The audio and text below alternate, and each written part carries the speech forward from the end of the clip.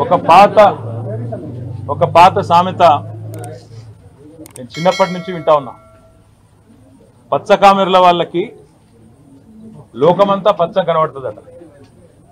అట్లాగే అవినీతి పరులకి, అడ్డమైన పనులు చేసే అలవాటు ఉన్న వాళ్ళకి, 50 లక్షల రూపాయలతో దొరికిన దొంగలకి, పొలిటికల్ బ్రోకర్లకి ప్రతి పనిలోనూ అవినీతి, ప్రతి కార్యక్రమంలో కూడా ఎంతో కొంత చేతులు మారింటదనే ఒక మూర్ఖపు, తెలివి తక్కువ ఆలోచన వాళ్ళకు ఉంటుంది.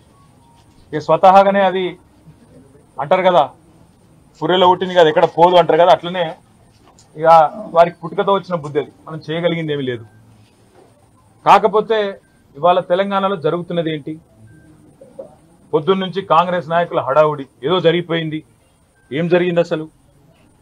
ఒక భారత పౌరుడిగా, రాజ్యాంగాన్ని గౌరవించే పౌరుడిగా, చట్టాన్ని గౌరవించే పౌరుడిగా నా మీద పెట్టిన కేసు అక్రమ కేసు, పొలిటికలీ మోటివేటెడ్ కేసు, అందులో ఏమీ లేని లొట్టపీస్ కేసు.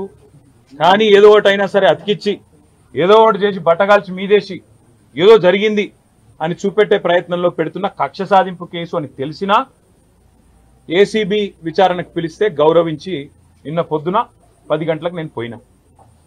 అదే మాదిరిగా మరి ఈ లొట్టపీసు కేసు ఏదైతే నా మీద పెట్టి కథలల్లి కొంత శునకానందము, పైశాచికానందం పొందుతాననుకుంటున్న చిట్టినాయుడు గారు ఎవరైతున్నారో ఆ చిట్టినాయుడు గారికి మరి తప్పకుండా నేను చెప్పాల్సిన మాట ఒకటి ఉన్నది.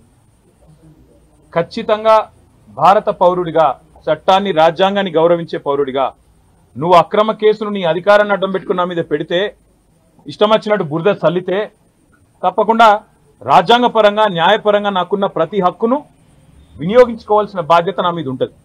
అందుకే నేను ఏసీబీ ఆఫీస్కు పోయినా లాయర్ తీసుకుపోతా అని చెప్పినా, లాయర్తో సహా విచారణకు హాజరవుతా, మీరు ఏం అడిగితే చెప్తా అని చెప్పినా నువ్వు భయపడ్డావు, నేను భయపడలేదు.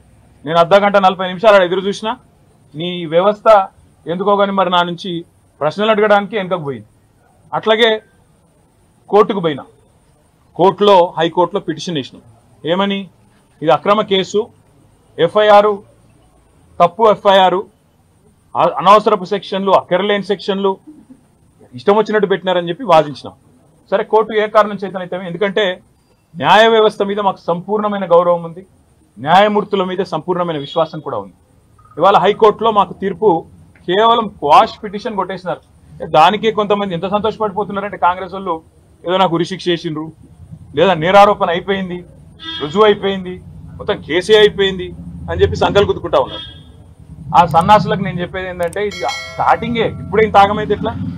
మేము ఆల్రెడీ హైకోర్టులో ఏదైతే క్వాష్ పిటిషన్ కొట్టేసిండ్రో దాని మీద సుప్రీంకోర్టుకు పోయినాం. సుప్రీంకోర్టులో మ్యాటర్ ఉన్నది. ఇప్పుడు అది ఎప్పుడు వస్తుందో వస్తుంది. అది సుప్రీంకోర్టు ఎట్లా నడుస్తుందో ఆ పద్ధతి ప్రకారం 2 రోజుల్లోనో, 3 రోజుల్లోనో, వారం రోజుల్లోనో ఎప్పుడు వస్తుందో వస్తుంది. అక్కడ కూడా న్యాయ పోరాటం చేస్తాం. అట్లాగే నిన్న మీరు ఏదైతే నా హక్కులకు భంగం వాటిల్లే విధంగా వ్యవహారం చేసినారో, నేను విచారణకు చట్టాన్ని గౌరవించే పౌరుడిగా హాజరై అక్కడ ఏ సమాధానం అడిగినా చెప్తానని పోయినప్పుడు లాయర్లతో రావద్దంటారు. నేను చెప్పిన మీరు దొంగలు, ఎందుకంటే మీరు గిట్లనే చేసింది ఇదివరకు కూడా. పాపం మా పట్నం నరేందర్ రెడ్డి ఆయన ఇయ్యని స్టేట్మెంట్ ఇచ్చినట్టు బుకాయించి వెంటనే మీడియాలో లీకులు ఇచ్చే దౌర్భాగ్యులు మీరు. నేను నమ్మను మిమ్మల్ని, మా లాయర్ బరాబర్ ఉండాలని అడిగిన. రేపు అందుకే కోర్టుకు కూడా పోతున్నా, హైకోర్టుకు కూడా. నాకు న్యాయవాదుల సమక్షంలో విచారణ జరగాలి అని కోరుతూ హైకోర్టుకు పోతున్నా. తప్పేమున్నది అందులో? న్యాయ వ్యవస్థను తప్పకుండా నాకు ఇవాళ ప్రాధేయపడి వారిని అడిగి నాకు ఈ దుర్మార్గుల నుంచి చట్టపరమైన రక్షణ కల్పించండి అని అడుగుతున్నాను. నేనేం వేరే అడుగుతలేను కదా, ఆ పని చేస్తున్నా. దానికి కూడా కాంగ్రెస్ వాళ్ళకు ఏమేమో ఆగమాగం అయిపోతున్నారు. ఇక కొంతమంది మంత్రులు అయితే వాళ్ళే న్యాయమూర్తులు అయిపోతున్నారు, వాళ్ళే శిక్షలు వేస్తున్నారు, వాళ్ళే చెప్పేస్తున్నారు నెక్స్ట్ ఏం జరగబోతుంది, ఇదేమైతుంది, అదేమైతుంది. వాళ్ళకి నేను చెప్తా ఉన్నా, ట్రయల్ మీడియాలో జరగదు, ట్రయల్ సెక్రటేరియట్లో జరగదు, ట్రయల్ మంత్రుల పేషీల్లో జరగదు, ట్రయల్ న్యాయస్థానాల్లోనే జరుగుతుంది. గతంలో మీరు ఇట్లాంటివి అనుభవాలు ఎదుర్కొన్నప్పుడు మీరు కూడా కోర్టుకే పోయినారు, మేము కూడా ఇప్పుడు కోర్టుకే పోతున్నాం. దానికి ఇంత గగురుపాటు, ఉలికిపాటు ఎందుకో మంత్రులకు నాకు అర్థం కావడం లేదు. మళ్ళా చెప్తా ఉన్నా, అరపైసా అవినీతి కూడా జరగలేదు, రూపాయి అవినీతి కూడా జరగలేదు. మళ్ళీ చెప్తా ఉన్నా, తెలంగాణ కోసం తెలంగాణ ఇమేజ్ను ఆకాశం అంత ఎత్తుకు తీసుకుపోవడం కోసం భారతదేశంలో మాత్రమే కాదు ప్రపంచ పటంలో హైదరాబాద్ని ఒక విశ్వనగరంగా ప్రతిష్ఠించడం కోసం తీసుకునే నిర్ణయం తప్ప ఏమీ ఆశించి కానీ మీలాగా ఏదో వెనకాల గూడుపుటాన్ని చేసుకొని చేసిన పని కానే కాదు. ఇక్కడ మొబిలిటీకి కేంద్రంగా భవిష్యత్తులో ఎలక్ట్రిక్ వాహనాలు ఏవైతే వస్తున్నాయో వాటన్నిటికీ ప్రధాన కేంద్రంగా హైదరాబాద్ను తెలంగాణను తీర్చిదిద్దాలనే ఒక ఉత్కృష్టమైన ఆలోచన చేసినాం తప్ప మీలాగా నికృష్టమైన ఆలోచనలు మాకు లేవు. మళ్ళీ చెప్తా ఉంది, మీలాగా దివాలా కోరు పనులు చేయాల్సిన కర్మ మాకు లేదు. 110% మళ్ళీ చెప్తున్నా, మీరు ఏ రకంగా వచ్చినా ఏ విచారణకు రమ్మన్నా నేను వస్తాను. ఎల్లుండి 9వ తారీఖు నాడు కూడా లాయర్లతో మరి రేపు హైకోర్టు రిలీఫ్ ఇస్తే నాకు అవకాశం ఇస్తే హైకోర్టు మా వాదనను మన్నిస్తే లాయర్లను అనుమతిస్తే లాయర్లతో పోతా అటెండ్ అవుతాను. ఈడీ కూడా పిలిచింది 16వ తారీఖు నాడు, తప్పకుండా వారి దగ్గర కూడా పోతాను. వారు కూడా ఏమడిగినా సమాధానం చెప్పడానికి నేను రెడీగా ఉన్నాను. నాకు దాపరికము లేదు, నాకు దాయాల్సింది కూడా ఏం లేదు. నిజాయితీకి ధైర్యం ఎక్కువ.